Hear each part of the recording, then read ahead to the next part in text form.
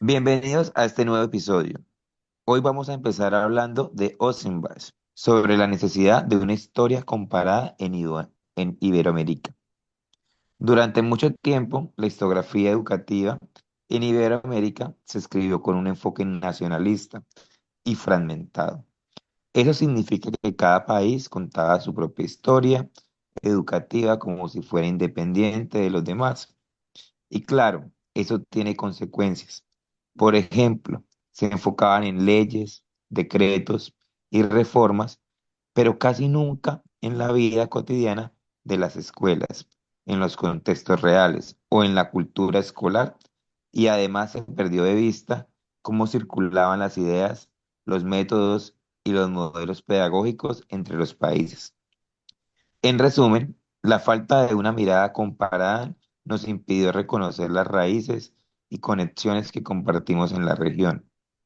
Aquí quiero hablar acerca de la propuesta de Ossenbach.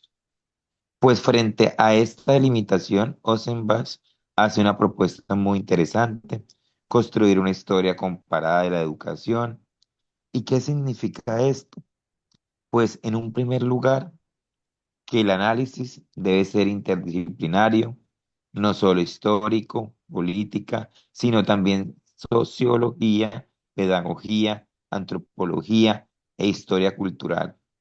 En segundo lugar, ampliar el objetivo de este estudio, no quedarnos solo con institucionales y reformas, sino mirar también las prácticas educativas, los discursos pedagógicos y la cultura escolar. O sea, ver lo que realmente pasaba en las aulas, acercarse al contexto real. Además, Ossenbach propone usar fuentes diversas de distintos países para comparar experiencias y, algo muy importante, definir categorías comunes de análisis como currículo, organización escolar, relación de escuela-estado o formación docente. En otra palabra, busca un lenguaje común que permita la comparación entre países. Ossenbach también identifica varios factores que atraviesan a toda Iberoamérica. Por ejemplo, la herencia colonial, la educación controlada por la Iglesia y la corona, con un modelo religioso y jerárquico. Luego, con la independencia, la escuela se convirtió en una herramienta para construir ciudadanía y cohesión social. En el siglo XIX hubo una gran influencia europea: Francia, Alemania, Suiza, y en el siglo XX en Estados Unidos empezó a marcar fuerte influencia en currículos y métodos pedagógicos. También está la idea de la escuela pública como símbolo de modernidad, aunque siempre limitada por problemas de cobertura y desigualdad. Y no olvidemos la diversidad cultural. Los pueblos indígenas, afrodescendientes y comunidades rurales han cuestionado el modelo homogéneo de las escuelas. Pero ¿qué desafío nos da la historia comparada?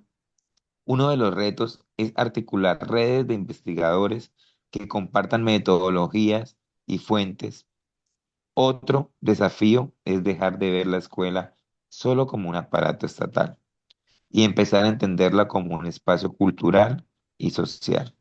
Y muy importante, incluir la experiencia de mujeres, indígenas, afrodescendientes y campesinos que históricamente quedaron fuera de los relatos oficiales. Además, reconocer la educación no formal y popular como parte de nuestra historia educativa.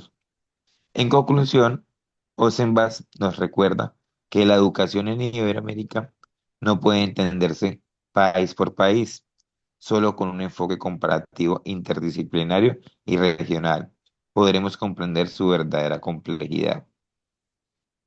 Juliet, ahora quisiera que nos contaras cómo fue el origen de la educación en Colombia.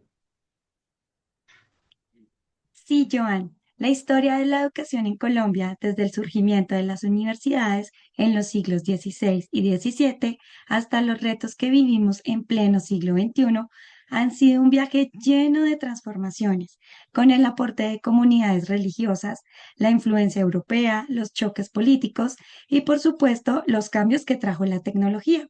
Así que prepárense, porque la educación en Colombia es una historia de tradición, conflicto y, sobre todo, evolución. Todo comienza en la época colonial, cuando las comunidades religiosas trajeron no solo la evangelización, sino también la educación universitaria.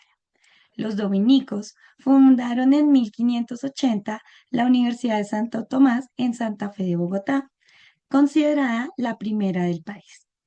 Después llegaron los jesuitas, quienes organizaron en 1622 la Universidad Javeriana. También se fundaron otras como la de San Nicolás de Mira por los agustinos y San Buenaventura por los franciscanos.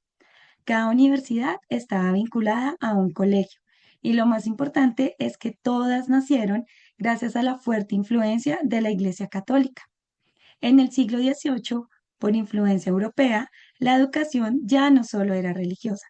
Empezaron a llegar corrientes de pensamiento europeo que impulsaron la enseñanza de ciencias y letras. Con Carlos III se crearon las escuelas de primeras letras, donde se enseñaba a leer, escribir y contar. Estas habilidades básicas se volvieron fundamentales para participar en la vida política y social. Eso marcó el inicio de una educación más formal y orientada a la sociedad, aunque aún bajo el control de la Iglesia. El siglo XIX trajo cambios enormes. En 1825, Santander promovió un decreto que buscaba modernizar la educación, incluyendo las ideas de James Bethman. También aparecieron nuevas corrientes pedagógicas, como las escuelas nuevas y activas, que desafiaban el modelo tradicional y buscaban llegar a zonas rurales. Pero no todo fue progreso. La rivalidad entre liberales y conservadores marcó mucho la educación. Por ejemplo, del 15 de mayo de 1850 suprimió comunidades religiosas y universidades, mostrando un choque entre tradición y libertad. Y no olvidemos innovaciones como la experiencia de Boyacá en 1947, donde el sacerdote José Joaquín Salcedo usó la radio para educar a comunidades. En la segunda mitad del siglo XX llegó la pedagogía crítica por Paulo Freire y la teología de la liberación por Gustavo Gutiérrez, que cambiaron la manera de pensar la educación en Latinoamérica. También se creó el Ministerio de la Educación en 1886. Y más adelante, con la Constitución de 1991, se relacionó la educación como un derecho fundamental. En la actualidad, la globalización y la tecnología han transformado por completo la educación. Hoy vemos el auge de la enseñanza de idiomas, sobre todo en inglés, y una fuerte orientación hacia lo empresarial y técnico. Pero quizás lo más revolucionario ha sido la educación virtual, primero como apoyo a la educación presencial y después como modalidad propia. La pandemia nos demostró que este modelo llegó para quedarse y el reto es articular la tecnología sin perder la esencia humana de la educación. Si algo nos muestra la historia de la educación en Colombia, es que siempre ha estado en movimiento, primero bajo el control de la Iglesia, luego en medio de debates políticos y ahora atravesada por la globalización. Y aunque hemos tenido conflictos y desigualdades, también hemos encontrado formas creativas de avanzar, como la radio en los años 40 o la educación virtual de hoy. Adriana, tú tienes un planteamiento frente a la formación docente crítica y emancipadora. Cuéntanos de qué se trata. Sí, Juliet. Efectivamente, la formación docente crítica y emancipadora consiste en ir más allá de una visión técnica de la docencia, para comprender al maestro y a la maestra como sujetos históricos con una autonomía, un pensamiento crítico y un papel transformador en nuestra sociedad. Tradicionalmente, la formación del docente se ha enfocado en lo instrumental, planes, programas y técnicas pero también una formación crítica y emancipadora, la cual nos invita a ver más allá, teniendo en cuenta esta formación docente.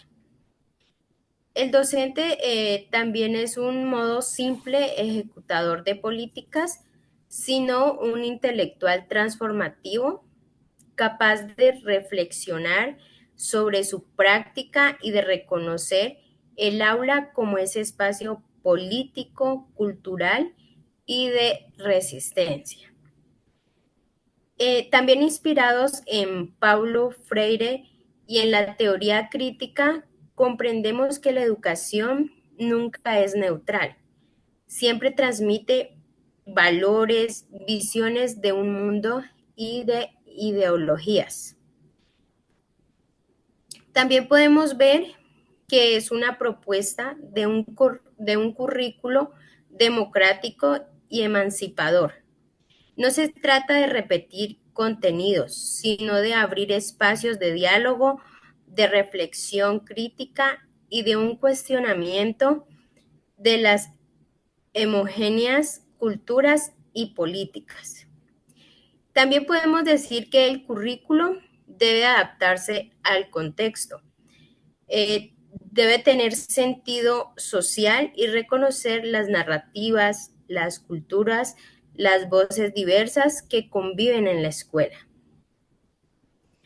Además, es clave recuperar los saberes pedagógicos que nace la práctica cotidiana, porque el conocimiento no se produce solo en la académica. Cada experiencia en el aula genera aprendizajes valiosos que permiten repensar la didáctica, la evaluación y el mismo papel de la escuela en la sociedad. Bueno, la pedagogía crítica cuestiona el modelo educativo dominante, tecnocrático e instrumental, que muchas veces reduce a la escuela a un espacio funcional al mercado. Este modelo produce lo que algunos llaman semiformación, conocimientos superficiales que no desarrollan sujetos críticos. También en América Latina, la pedagogía crítica tiene un sello particular. Se vincula con la educación popular y las luchas sociales. También no podemos olvidar la figura de Paulo Freire, quien nos enseñó que educar es un acto de liberación y que en el aula puede ser un espacio de resistencia frente a la alineación cultural, ideológica y económica. Bueno, compañeros, en conclusión, la formación docente, crítica y emancipadora busca algo mucho más profundo que transmitir conocimientos. Busca formar sujetos autónomos, conscientes y comprometidos con esa transformación social. El aula se convierte en un territorio de resistencia donde influyen las culturas, saberes y sueños. Una educación que no se conforma con reproducir lo existente, sino que atraviese a imaginar y a construir un mundo distinto de fantasía y de nuevos conocimientos. Gracias por acompañarnos en este episodio. Los invitamos a seguir reflexionando sobre el papel tan importante como educadores y a preguntarnos qué tipo de sociedad en realidad estamos ayudando a fortalecer a través de nuestra práctica. Muchísimas gracias.